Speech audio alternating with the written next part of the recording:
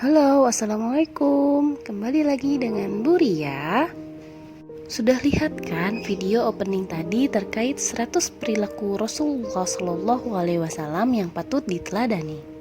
Masya Allah ya, memang Rasulullah itu sangat inspiratif.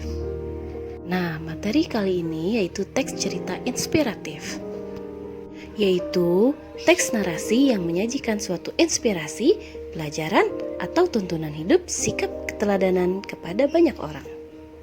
Tujuan teks cerita inspiratif untuk menambah dan menggugah motivasi, semangat, dan rasa percaya diri untuk menghadapi semua tantangan. Unsur teks cerita inspiratif yang pertama, kisah nyata. Nah, biasanya kisah tersebut juga terjadi dalam kehidupan pembaca. Yang kedua adalah tema.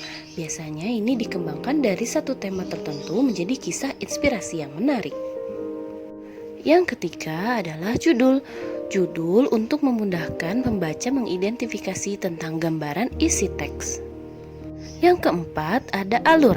Alur ini untuk memberikan pemahaman awal, inti, dan akhir cerita atau kisah. Yang kelima bersifat naratif atau cerita karena di dalamnya terdapat alur cerita.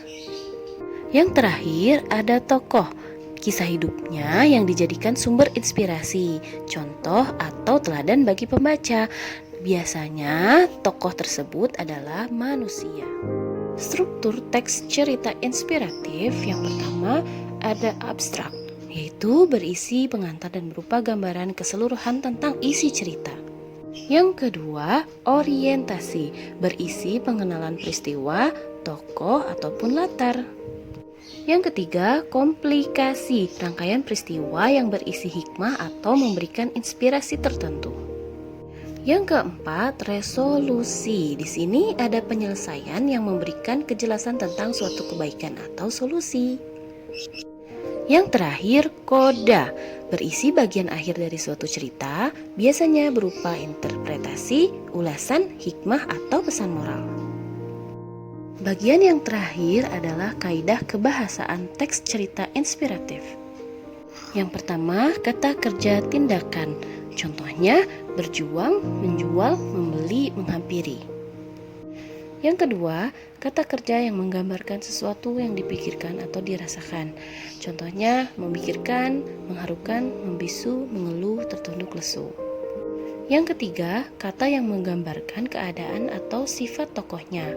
Contohnya, iba, haru, bingung, lapar, kecewa, sedih, sombong. Yang keempat, kata depan dan konjungsi temporal atau urutan waktu.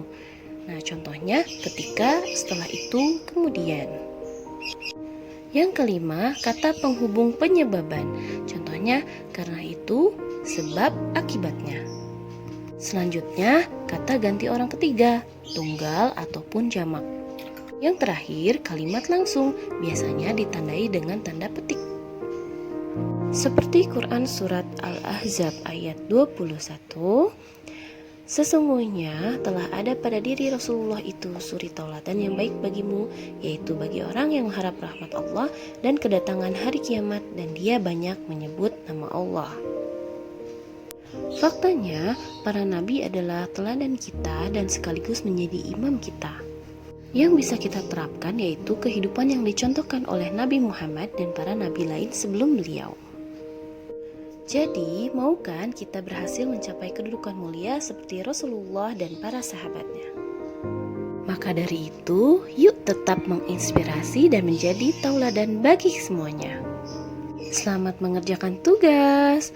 Terima kasih. Sekian dari Ibu. Wassalamualaikum warahmatullahi wabarakatuh. Thanks for watching.